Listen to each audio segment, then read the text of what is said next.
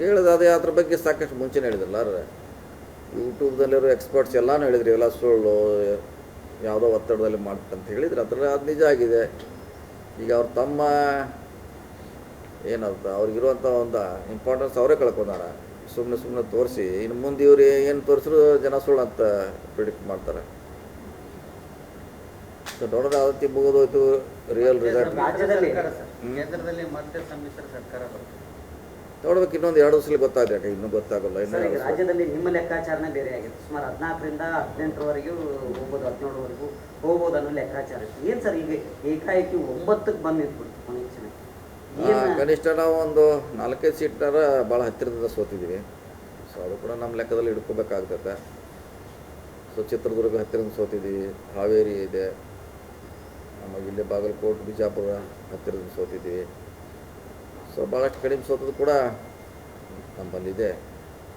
ಅದೇ ಅಲ್ಲಿ ಮ್ಯಾನೇಜ್ಮೆಂಟ್ ಮಾಡೋರು ಉಸ್ತುವಾರಿ ತೊಗೊಂಡವರು ಸೀರಿಯಸ್ ಆಗಿ ಮಾಡಿದ್ರೆ ಅವನು ಕೂಡ ಗೆಲ್ಲಕ್ಕೆ ಅವಕಾಶ ಇತ್ತು.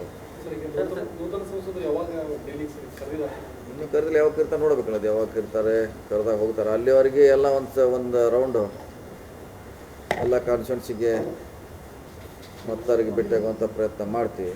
ಸಚಿವ ಸಂಪುಟ ಏನಾದರೂ ವಿಸ್ತರಣೆ ಇಲ್ಲ, ನಮ್ಮಲ್ಲಿಂದ ಈಗಿನ ಹತ್ರ ಅವಶ್ಯಕತೆ ಕಾಣೋದಿಲ್ಲ ನನಗಂತೆ.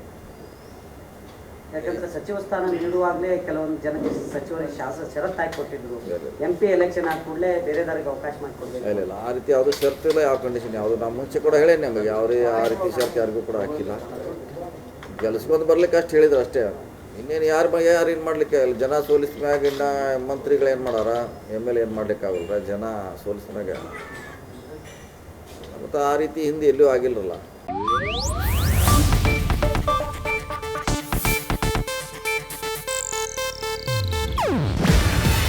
ಇದು ಏಷ್ಯಾನೆಟ್ ನ್ಯೂಸ್ ನೆಟ್ವರ್ಕ್ ಪ್ರಸ್ತುತಿ.